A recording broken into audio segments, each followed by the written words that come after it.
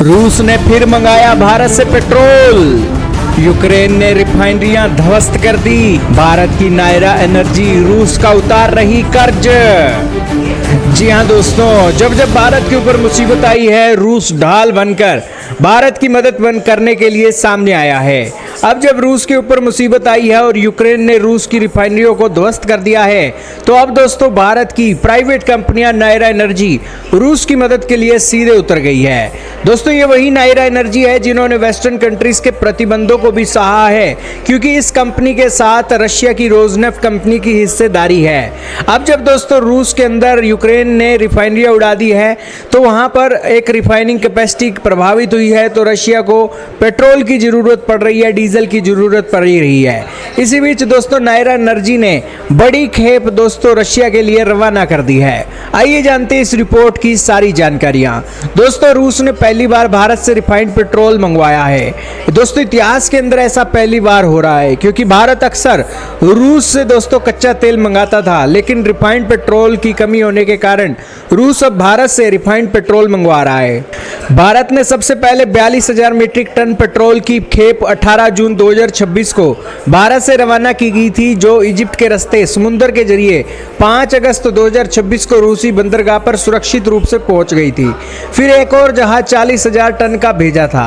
और अब दोस्तों अगस्त 2026 की हालिया रिपोर्ट के अनुसार भारत ने कम से कम 60,000 मीट्रिक टन पेट्रोल रूस भेजा है।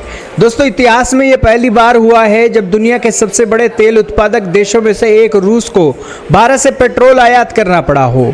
यह पेट्रोल गुजरात के वाडीनार में स्थित नायरा एनर्जी लिमिटेड की रिफाइनरी में तैयार किया गया है।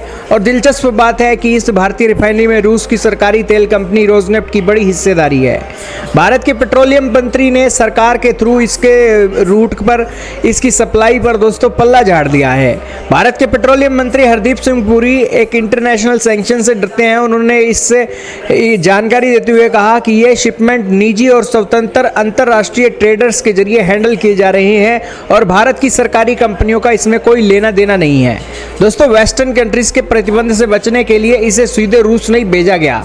पहले साइक्लोन नामक रूसी टैंकर में से लोड किया गया, फिर मिस्र के डामिएटा पोर्ट पर समुद्र के बीच में ही इसे ओमान के झंडे वाले दूसरे जहाज पर ट्रांसफर किया गया, जिसके बाद यह रूस पहुंचा। यूक्रेन ने रूस के भीतर घुसकर उसके कई बड़ी रेल, तेल रिफाइनरी और डिपो को निशाना बनाया है। इससे रूस की घरेलू तेल साफ करने की क्षमता लगभग 1/3 घट गई है। रूस में इन दिनों खेती का सीजन चल रहा है, गर्मियों की छुट्टियां चल रही है, जिससे वहां पेट्रोल की मांग चरम पर है। मांग पूरी करने के लिए रूस ने अपने देश से बाहर पेट्रोल और डीजल के निर्यात पर पूरी तरीके से बैन लगा रखा है। फिर भी कमी पड़ने पर उसे भारत का रुख करना पड़ा है और भारत ने भी रूस के दोस्तों कर्ज में उतार कर यहाँ पर सप्लाई की है इस मुश्किल की घड़ी में। आपका क्या मानना है दोस्तों, कमेंट सेक्शन में बताइएगा। लेकिन भारत और रूस की दोस्ती इस यूक्रेन जंग के अंदर दोस्तों गहरी ही हुई है।